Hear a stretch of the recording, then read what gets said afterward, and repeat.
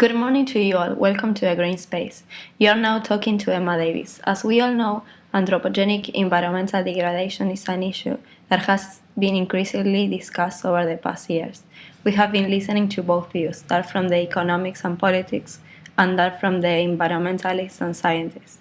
Today we will be talking about palm oil, a biofuel derived from palm trees in tropical regions that is being increasingly used in Europe, but that carries controversial environmental consequences. Here with me are Dr. BIOL3000, a conservationist who established the Orangutan Foundation International, and Alice Harrison, a strategy and business associate at Cargill.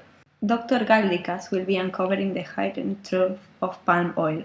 She will be discussing the impact that palm oil use has on the orangutans in the Indonesian tropical rainforest and how this brings repercussions to other species as well, creating a cyclical dilemma. On the other side, we have Ms. Harrison that will be explaining to us the economic benefits of using palm oil and how it contributes to development.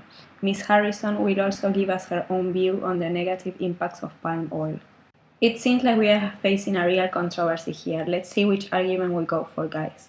First, Dr. Galdikas, could you give us a background on the orangutans from the Indonesian tropical rainforest and how they are being affected by industries? Orangutans are a species of great ape and are only found in two places in the wild, Borneo and Sumatra.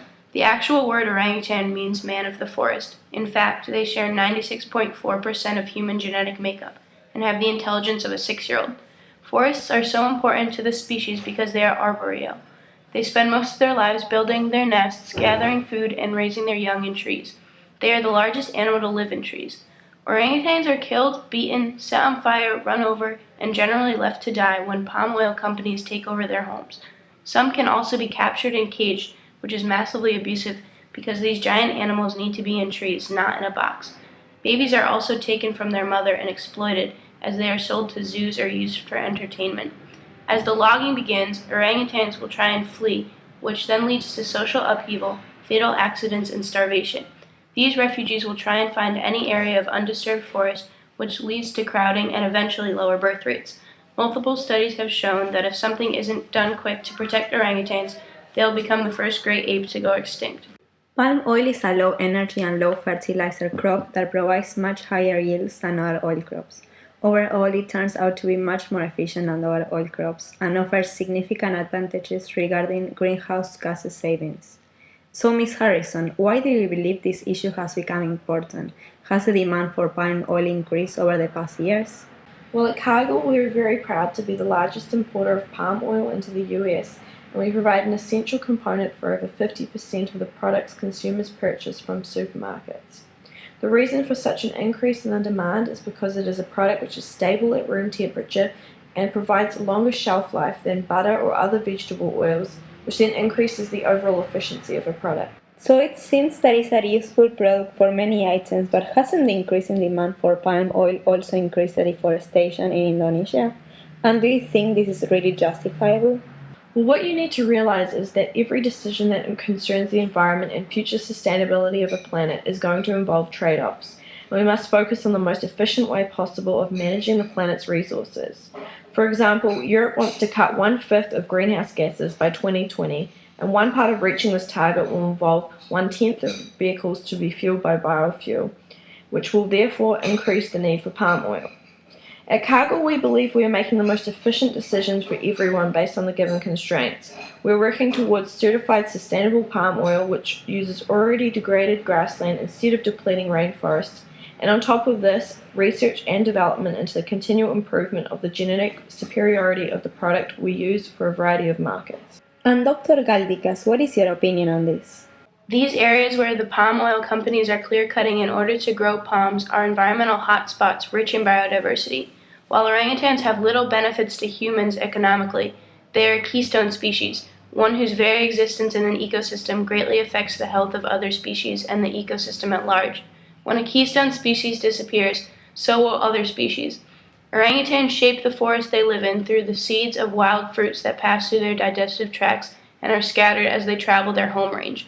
Studies show orangutan habitats have higher plant and animal species diversity than those without. Half of the orangutan population has been lost since 1950, and it's estimated that less than 40,000 are left in the wild. While the production of palm oil may have short-term benefits, the conservation of orangutans will have long-term benefits not only for the species, but for the larger biome. And going back to Ms. Harrison, are you aware of any viable alternative to palm oil? It has been proven across many studies that palm oil is much more sustainable than its popular counterparts. The palm oil we produce has an energy return on energy invested of 10 versus 2.5 for soybeans. In fact, palm oil provides more oil per acre than any other vegetable source, as they provide fruit all year round. I could go on all day about the benefit. Oh, I see. And do you think you could provide us with some examples? Certainly. The generated returns are over $3,000 per hectare, whereas conventional agriculture is only $100. Both the World Bank and Asia Development Bank have both said that it is continuing to be an effective way to alleviate poverty in the developing world. Also, we are all aware of the increasing impact of climate change. And so palm oil is much more effective at carbon dioxide sequestration with 29.3 tons per hectare of absorbed carbon dioxide versus only 3.52 for soybean. So again, we're showing how it is possible to maximize our benefits and minimize the trade-offs of doing so. All the destruction from the palm oil industry not only ruins and destroys orangutan habitats, but they are also getting rid of huge carbon sinks. Rainforests capture huge amounts of CO2. People can be twice as effective in reducing their carbon footprint by piggybacking orangutan protection with reducing carbon emissions, like by making these valuable orangutan habitats nodes for investments from groups like Reducing Emissions from Deforestation and Degradation, or REDD. It's fine to say that we want sustainability, but this state exists because there are other pertinent issues that must be resolved. Tim Wilson from the Institute of Public Affairs in Melbourne recently said, "It's not the oil palm that destroys the rainforest, but poverty. We need to address poverty, and in 1 year, a farmer could produce 18 gallons of corn oil, 48 gallons of soybean oil, or 635 gallons of palm oil, making it a very efficient solution." One method palm oil companies could employ could be to use non-forested lands, like grasslands, which could be subsidized to make them more attractive. Another solution would be to create high-yielding, more efficient seedlings, thus improving plantation operation. That would cut down on the amount of land needed for these plantations as well as costs. Finally, proper forest management is of the utmost importance in this situation. It looks like it is not easy to find the right solution to this problem, but we will keep you updated on this dilemma. Well, thank you very much, Ms. Harrison and Dr. Galdikas, for your time. It has been a pleasure. Now we will move on to Scott Robertson, who will be talking to us about the latest climate change news. Have you all a lovely evening.